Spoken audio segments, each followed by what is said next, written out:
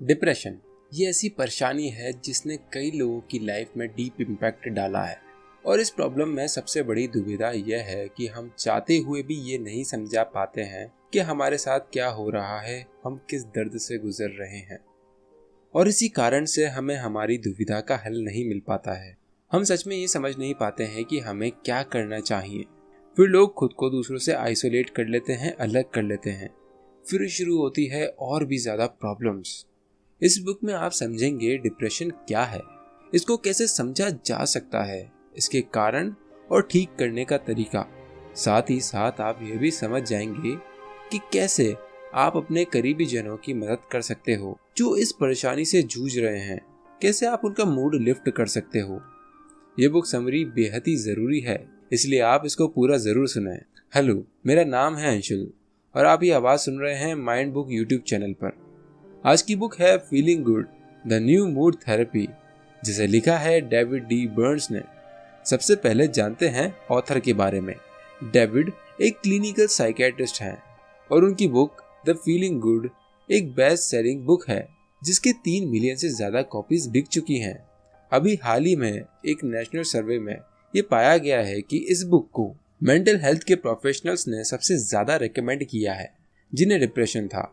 Doctor David काफ़ी ज़्यादा popular lecturer हैं मेंटल हेल्थ के और कई बार वह नेशनल और टेलीविज़न प्रोग्राम्स में आते रहे हैं। डॉक्टर डेविड एमहर्स्ट कॉलेज से ग्रेजुएट हैं और उन्होंने अपनी मेडिकल की degree Stanford university school of medicine से पाई है। इस बुक में आगे देखते हैं हाउ डिप्रेशन अकर्स। आज अमेरिका में लगभग 5.3% लोगों को डिप्रेशन है और ये पुरुषों के मुकाबले महिलाओं को डिप्रेशन होने के 7 से 8% ज्यादा चांसेस होते हैं। आज से करीब 40 साल पहले किसी इंसान को डिप्रेशन होने की औसत उम्र 29.5 साल की थी, लेकिन आज ये उम्र 14.5 साल की है। आप सोच सकते हैं 14 साल का बच्चा और डिप्रेशन इस छोटी उम्र में होने के 2 कारण हो सकते हैं।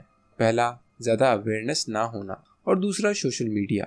1980 के पहले तक साइकोलॉजी के विषय में डिप्रेशन एक कैंसर की तरह था जिसका इलाज कर पाना काफी ज्यादा मुश्किल था, लेकिन आज इसका इलाज संभव है। फ्रूडियन साइक्लो एनालिसिस से लेकर शॉक ट्रीटमेंट तक ये सारी चीजें डिप्रेशन के लोगों के ऊपर ट्राई करी गई हैं और इनमें से कई चीजों ने उन्हें ठीक भी किया है, लेकिन इसकी कोई गारंटी नहीं है कि आपको आगे चलकर डिप्रेशन वापस ना हो। इसी वजह से बात आती है एंटी डिप्रेसेंट ड्रग्स की। इन दवाइयों को लेने से कई लोगों की लाइफस्टाइल बदली है। इसी वजह से हम ये सोच सकते हैं कि पहले के मुकाबले आज के जमाने में डिप्रेशन का इलाज संभव है। डॉक्टर डेविड आपको यहाँ पर कुछ पॉइंट्स बताते हैं जिनकी वजह से आपको डिप्रेशन हुआ है। पहला, कुछ ऐसी घटना जो आपके पास या फिर आपके बाहर कहीं हुई हो जिसने आपके एक्सपीरियंस को बदला हो। दूसरा, आपको अपने थॉट से किसी भी घटना को इंटरप्रेट करना। ये थॉट्स की सीरीज आपके इंटरनल डायलॉग होते हैं जो कि ये तय करते हैं कि आप किसी भी घटना को कैसे सोचते हो, एक्सपीरियंस करते हो। तीसरा, आपकी जो ये फीलिंग है ये आपके थॉट्स के द्वारा बनाई हुई है, ना कि किसी इवेंट या घटना के द्वारा। अगर दूसरे शब्दों में कहूँ तो जो ये आपकी सोच है किसी भी घटना के ऊपर, वो ये तय करती है कि आपकी फीलिंग्स कैसी रहेंगी उस चीज को लेकर। इसी वजह से आपसे कई बार कहा जाता है कि अपने थॉट्स और अपनी फीलिंग्स को बदलिए। आप सुन रहे हैं feeling good the new mood therapy mind book YouTube channel पर। Depression, beliefs and causes. Psychiatry के इतिहास में डिप्रेशन को हमेशा एक इमोशनल डिसऑर्डर की तरह से देखा गया है। इसी कारण से ज्यादातर थेरेपी में लोगों को उनकी फीलिंग्स के साथ रूबरू कराया जाता है। ज्यादातर थेरेपिस्ट का मानना है मैच्योरिटी का मतलब अपनी फीलिंग्स को लेकर ओपन अप होना और उन्हें एक्सप्रेस करना है कि आपके अंदर क्या है। ये चीज बस इस मान्यता पे आधारित है कि जो आपकी फीलिंग्स हैं वे आपकी सच्चाई दिखाती हैं, आपकी पर्सनैलिटी और आपके सवालों के पीछे की सच्चाई दिखाती हैं। इन सब अजम्पशंस के अलावा ऐसे कई एविडेंस हैं जो ये बताते हैं कि डिप्रेशन कोई इमोशनल डिसऑर्डर नहीं है और यही चीज सपोर्ट करती है डिप्रेशन को ठीक करने वाले सबसे कामयाब तरीके को, जो है कॉग्निटिव थेरेपी, जिसमें इमोशंस के ऊपर फोकस नहीं किया जाता है। इसकी बजाय कॉग्निटिव थेरेपी में अपने थॉट्स को पहचाना जाता है जो असल में डिप्रेशन का कॉज होते हैं। हमारी बैड फीलिंग जुड़ी रहती है डिप्रेशन से और ये सारी चीजें जुड़ी रहती है हमारे नेगेटिव थॉट्स से, और इसी वजह से जो ट्रीटमेंट है वह फोकस करता है हमारे थॉट्स के ऊपर कि कैसे उन पर काम किया जाए और उन्हें बदला जाए। लेखक यहाँ पर 10 ऐसे फैक्टर्स बताते हैं कॉग्निटिव डिस्टॉर्शन जिनके कारण हमें डिप्रेशन होता है, जैसे ऑल और nothing thinking, over generalisation, disqualifying the positive, jumping to conclusions और गिविंग आवरसेल्फ लेबल्स। ये सारे फैक्टर्स हमें बताएंगे कि कैसे हमारी फीलिंग्स हमारे डिप्रेशन का रियल कॉज नहीं होते हैं, जबकि फीलिंग्स तो बस हमारे थॉट्स का एक आईना है। कॉग्निटिव डिस्टॉर्शन: जब भी आप किसी इवेंट या किसी भी चीज को नेगेटिव तरीके से लेते हो, तब आप अपने कॉग्निटिव डिस्टॉर्शन के साथ जुड़ जाते हो। लेखक बताते हैं कि ऐसी गलत इंटरप्रिटेशन कॉग्निटिव डिस्टॉर्शन के कारण आपके गलत थॉट्स बनते हैं, जो कि आगे चलकर आपके गलत इमोशंस बनाते हैं। ओकेजनली ये तो इवेंट्स होते हैं, ये अनप्लीजेंट्स होते हैं और इनका इंटरप्रिटेशन सही करना और भी ज़्यादा ज़रूरी हो जाता है। ऐसे लोग जिन्हें माइल्ड डिप्रेशन होता है, उनके लिए काफ़ी आसान है कॉग्निटिव डिस्टॉर्शन होना। आगे इस बुक में ऐसी और कॉग्निटिव डिस्टॉर्शंस के बारे में बताया गया है जिनसे डिप्रेशन होता है, और हम आगे ये भी जानेंगे कि कैसे इन कॉग्निटिव डिस्टॉर्शंस को सही किया जाए। आप सुन रहे हैं book feeling good the new mood therapy की summary mind book YouTube channel पर। देखते हैं पहला कॉग्निटिव डिस्टॉर्शन, जो है ऑल और नथिंग थिंकिंग।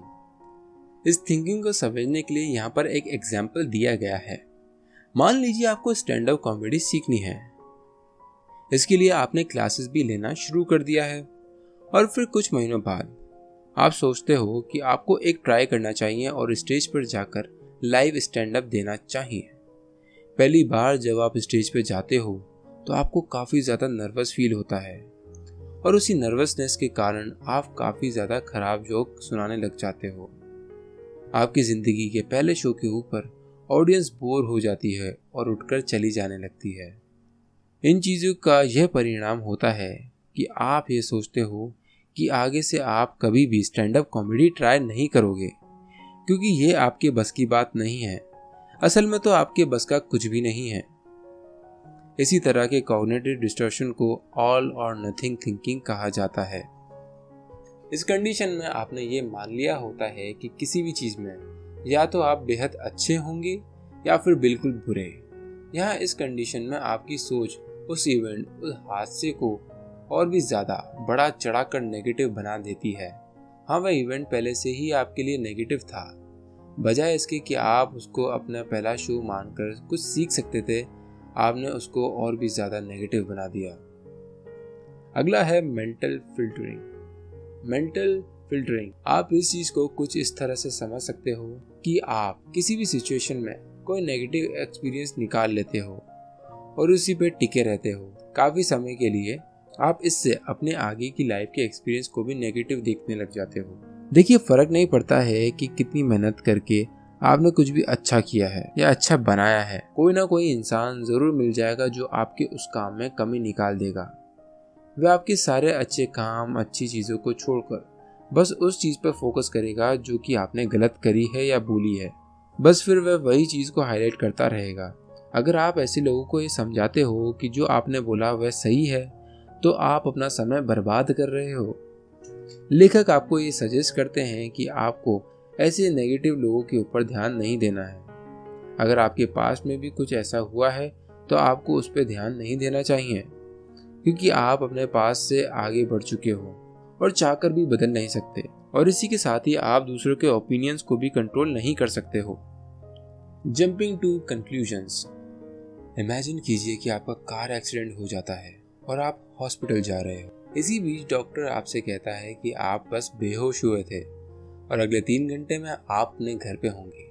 लेकिन इसी बीच आप अपने दिमाग में सोचने लग जाते हो कि क्या हो अगर आपको ब्रेन डैमेज हुआ हो, अगर हो भी गया है तो क्या अब आपकी गर्लफ्रेंड आपके साथ वैसे ही घूमा करेगी जैसे पहले घूमा करती थी। इसी तरह की कॉग्निटिव डिस्टॉर्शन को कहा जाता है जंपिंग टू कंक्लूजन्स। इसमें आप कुछ ऐसे बड़ा चढ़ा के ख्याल अपने दिमाग में बनाते हो जो कि असल में नहीं हुआ है, और इन ख्यालों में आप अनरियलिस्टिक कंक्लूजन भी बना लेते हो। आपका यह कॉग्निटिव डिस्टॉर्शन अधिकतर नेगेटिव इंटरप्रिटेशन ही बनाएगा। यह इंटरप्रिटेशंस आपकी कंक्लूजन्स को डायरेक्टली सपोर्ट करने वाले होंगे। जंपिंग टू कंक्लूजन्स इसे हम दो पार्ट्स में बांट सकते हैं। पहला है माइंड रीडिंग। इसमें आप ये मान लेते हो अगला इंसान आपके प्रति नेगेटिव सोच रखता है। एक तरह से आप ये मान लेते हो कि सामने वाले के दिमाग में आपके प्रति नेगेटिव ही चल रहा है, बिना ये जाने कि असलियत में उसके दिमाग में आखिर आपके लिए क्या ख्याल है। दूसरा है द फॉर्चून टेलर एरर। इसमें आपकी ये सोच होती है कि आपने ये मान लिया होता है कि जो भी होगा वह बुरा ही होगा, जो भी घटना होगी वह आपके साथ बुरी ही होगी। आप इस चीज़ को इतना सच मान लेते हो कि आपको ऐसा लगने लग जाता है कि ये सारी चीज़ें तो पहले से ही तय हैं, क्योंकि हमारे इमोशंस को बनने में कुछ सेकंड का टाइम लगता है। इसी वजह से इन्हें कंट्रोल कर पाना और भी ज़्यादा मुश्किल हो जाता है। अगर हमारे ख्यालों में कुछ भी थोड़ा सा ऊंच नीच हो जाए या फिर कुछ गलत हमें महसूस हो जाए तो ये चीज़ हमें डिप्रेशन की ओर लेके जाती है। ये स्वाभाविक है कि जो चीज़ हमारे मन मुताबिक नहीं होती है वह चीज़ हमें दुख ही देती है। लेकिन आपके पास अपने आप को दोबारा बनाने का एक मौका है। इससे आप अपने थॉट्स को, अपने इमोशंस को वापस रीफ्रेम, रिकंस्ट्रक्ट कर सकते हो। आप अपने थॉट्स को बदलकर अपना मूड भी ठीक कर सकते हो। कितना अजीब है ना, किसी इंसान के थॉट्स में इतनी पावर है कि वह इंसान की जिंदगी अच्छी और बुरी दोनों तरफ धकेल सकते हैं। Magnification and minimisation. परफेक्शन यानी हर चीज को एकदम सही तरीके से करना, ये इंसान का सबसे बड़ा भ्रम है। ये चीज ब्रह्मांड में एग्जिस्ट ही नहीं करती है, तो आप अपने हर करे काम में एक लूजर ही रहोगे। जब आप मैग्नीफाई करते हो यानी चीजों को बड़ा करते हो तो आपको अपने अंदर गलतियां, इम्परफेक्शंस, दुख, डर, ये सारी चीजें दिखने लग जाती हैं और आप उनकी इंपॉर्टेंस को एग्जैजुरेट करने लग जाते हो। इसको कैटास्ट्रोफाइजिंग भी कहा जाता है, क्योंकि आप इसमें अपनी छोटी मोटी गलतियों को बड़ा करके उन्हें गुनाह की तरह देखने लग जाते हो। इसके कंपैरिजन में जब आप चीज़ों को मिनिमाइज करते हो, उन्हें बिना ज़्यादा सोचते हुए छोटा करते जाते हो, तब आप अपनी बुराइयों को और भी छोटा करते जाते हो। इसे कहा जाता है बाइनोक्युलर ट्रिक। Emotional reasoning. आप अपने इमोशंस को अपनी सच्चाई का आधार मान लेते हो और ये लॉजिकल है कि आपकी थिंकिंग खुद के बारे में नेगेटिव ही होगी, जो आगे चलकर आपको ये महसूस कराएगी कि आपका कैरेक्टर ही नेगेटिव है। इसी तरह की रीजनिंग आपको मिसगाइड करती है, क्योंकि आपकी फीलिंग्स ही आपके थॉट्स बनाती है और बिलीव्स बनाती है। Labelling and mislabelling. खुद पर एक लेबल लगाना कि मैं ऐसा ही हूँ, ये आप खुद की सोच के कारण भी करते हो और हो सकता है कि ये दूसरे की सोच के कारण हो। ये करना काफ़ी गलत बात है। ये खुद को हराने जैसा है। इसे ना करें। आपकी ज़िंदगी में हमेशा कॉम्प्लेक्स और बार बार बदलने वाले थॉट्स, इमोशंस और एक्शंस आते रहेंगे और आपको इन सब से डील करना है। याद रखिए कि आप एक बहती नदी हैं, ना कि एक सख्त पुतले जैसे। इसलिए आप अपने ऊपर नेगेटिव लेबल्स लगाना बंद कर दीजिए। अपने ऊपर गलत लेबल लगाना, इसमें इतनी ज़्यादा ताकत होती है कि ये आपकी पूरी इमेजिनेशन को नेगेटिव बना सकता है।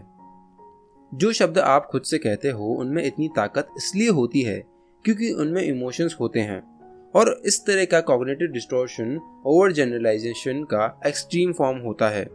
नेगेटिव लेबलिंग से बचने के लिए आप मिस लेबलिंग का प्रयोग कर सकते हो। इसमें आपको उस इवेंट, उस घटना को सही लैंग्वेज में डिस्क्राइब करना होगा जो कि इमोशन से भरी हो, और आपको खुद को सही तरीके से समझना होगा। Feeling good, the new mood therapy. इस बुक की समरी आप सुन रहे हैं माइंड बुक यूट्यूब चैनल पर। आगे देखते हैं इस बुक में ओवर जनरलाइजेशन। आपका लक्ष्य सक्सेस का होना चाहिए, परफेक्शन का नहीं। कहीं किसी जगह पर आप गलत हो सकते हो और यह आपका हक है, लेकिन जब आप गलतियां करना छोड़ देते हो तब आप कुछ नया सीखना भी छोड़ देते हो। याद रखिए, डर हमेशा परफेक्शन के पीछे होता है। जब आप अपने डर का सामना करते हो तब आप सही मायने में एक बेहतर इंसान बनते हो। जब आप अपने डर का सामना करते हो तब आश्चर्यजनक रूप से आप एक कुशल और एक प्रोडक्टिव इंसान बन जाते हो। ओवर जनरलाइजेशन, यह आपके साथ तब होता है जब आप ये मान लेते हो कि आपके साथ गलत बार बार ही होगा। रिजेक्शन की जो ये फीलिंग होती है ना, ये भी इसी ओवर जनरलाइजेशन की वजह से आती है। इस तरह के कॉग्निटिव डिस्टॉर्शन में आप किसी भी तरह के नेगेटिव डिस्टॉर्शन को नेवर एंडिंग पैटर्न बना लेते हो। डिस्क्वालिफाइंग द पॉजिटिव। इस तरह के कॉग्निटिव डिस्टॉर्शन में आप अपने न्यूट्रल और पॉजिटिव एक्सपीरियंस को नेगेटिव एक्सपीरियंस से बदल लेते हो। किसी भी तरह के पॉजिटिव फीडबैक या इवेंट को डिस्क्वालीफाई करना ये काफ़ी ज़्यादा खतरनाक तरीके का कॉग्निटिव डिस्टॉर्शन है। आप किसी भी पॉजिटिव एक्सपीरियंस को ये कहकर मना कर देते हो कि इसमें कुछ पॉजिटिव नहीं है। आप उस घटना को लेकर अपनी एक अलग ही सोच बना लेते हो जो कि सच नहीं है। जब कोई इंसान अच्छाई में अच्छाई नहीं देख पाता तो सोचिए कि उसके डिप्रेशन में जाने के कितने ज़्यादा चांसेस होंगे। Should statements. शुड स्टेटमेंट्स ऐसे शब्द होते हैं जो आपको मोटिवेट करते हैं कुछ करने के लिए। हालांकि ये एक तरह का कॉग्निटिव डिस्टॉर्शन है क्योंकि इसमें आपको ये महसूस होता है कि आप खुद को पनिश कर रहे हो कुछ काम ना करने के लिए। ऐसे शब्द जैसे मुझे ये करना चाहिए, ऐसे शब्दों का इस्तेमाल आपको डिमोटिवेट कर सकता है। यहाँ पर जिस मोटिवेशन की बात करी गई है वह आपके अंदर से नहीं बल्कि फोर्सफुली शब्दों के जोर से आता है। लेखक बताते हैं कि उन शब्दों से आपको आगे चलकर गिल्टी का अनुभव हो सकता है। आप खुद सोचिए कि जब आप उस वाक्य का इस्तेमाल दूसरे लोगों पर करते हो तब आपके अंदर गुस्सा, फ्रस्ट्रेशन जैसे बुराई वाली फीलिंग्स आ सकती हैं। आगे का कॉग्निटिव डिस्टॉर्शन है पर्सनलाइजेशन। आप चीज़ों को पर्सनलाइज कर लेते हो, ऐसी चीज़ें जिनका लेना देना कहीं से कहीं तक आपसे नहीं होता है। आप ये मान लेते हो कि आप बाहर की सारी नेगेटिव चीज़ों के लिए इकलौते जिम्मेदार हो। ये चीज़ गलत है और इन्हीं सारे नेगेटिव डिस्टॉर्शंस को ख़त्म करने के लिए लेखक आगे कुछ प्रैक्टिकल स्ट्रेटेजीज बताते हैं जो कि बेहद आसान और कारगर है। चलिए अब बात कर ही लेते हैं उन प्रैक्टिकल स्ट्रेटेजीज की। डेविड की बताई स्ट्रेटेजीज आपके सारे कॉग्निटिव डिस्टॉर्शन को ठीक करने में मदद करेगी, तो इसलिए इन्हें ध्यान से सुना जाए और फॉलो किया जाए। पहली चीज जो आपको करनी है, आपको ध्यान देना है कि उन ऑटोमेटिक नेगेटिव थॉट्स के ऊपर और उन्हें जल्द से जल्द लिख लेना है। उन नेगेटिव थॉट्स को अपने दिमाग में बिल्कुल भी घूमने नहीं देना है। दूसरा, देखिए कि कैसे आप अच्छी भली चीज़ों को खराब कर देते हो, उन्हें बिगाड़ देते हो अपने नेगेटिव थिंकिंग के कारण। उस पर ध्यान दीजिए, खुद को समझिए कि आप ऐसा क्यों करते हो। तीसरा, ये बात ज़रूरी है करना, अपने थॉट्स को बदलिए अच्छे थॉट्स से। आपको अपने पास ऐसे थॉट्स रखने हैं जो आपको छोटा फील न करवाएं। अगर आप यह पाते हैं कि आपके दिमाग में कुछ ऐसे थॉट्स चल रहे हैं जो नेगेटिव हैं, तो आपको उन्हें फौरन लिखना है और साथ ही साथ उनके जवाब में कुछ ऐसे थॉट्स सोचने हैं जो कि लॉजिकल हों और पॉजिटिव हों। जो आप करते हो अच्छा, उनके लिए थोड़ा लॉजिकल और रियलिस्टिक थॉट बनाना शुरू कर दीजिए। हर सुबह उठकर पढ़िए कि आपने अपने बारे में, थॉट्स के बारे में क्या लिखा है। समय के साथ साथ इन चीजों से आपका सबकॉन्शियस माइंड खुद ब खुद रिवायर हो जाएगा। अपने थॉट्स के ऊपर अपने मूड को मत छोड़िए, उसकी बजाय आप खुद अपने मूड को बूस्ट कर सकते हो। और यही सारी चीजें कॉग्निटिव बिहेवियरल थेरेपी की फाउंडेशन है। देखिए, आपको समझना होगा कि हमारा डिप्रेशन या फिर यूं कहूँ कि हमारा खराब मूड वो क्यों होता है। ये सब होता है जब चीज़ें हमारे मन मुताबिक नहीं होती हैं। तभी तो कहा जाता है कि एक्सपेक्टेशन को थोड़ा कम कीजिए ताकि अगर वह टूट भी जाए तो आपको ज़्यादा दुख ना हो। फिर भी इस चीज़ में मेरी राय ये रहेगी कि आपको बस अपने ऊपर ध्यान देना है और बुक में बताई गई स्ट्रेटेजीज को फॉलो करना है। एक महान इंसान के थॉट्स भी महान होते हैं।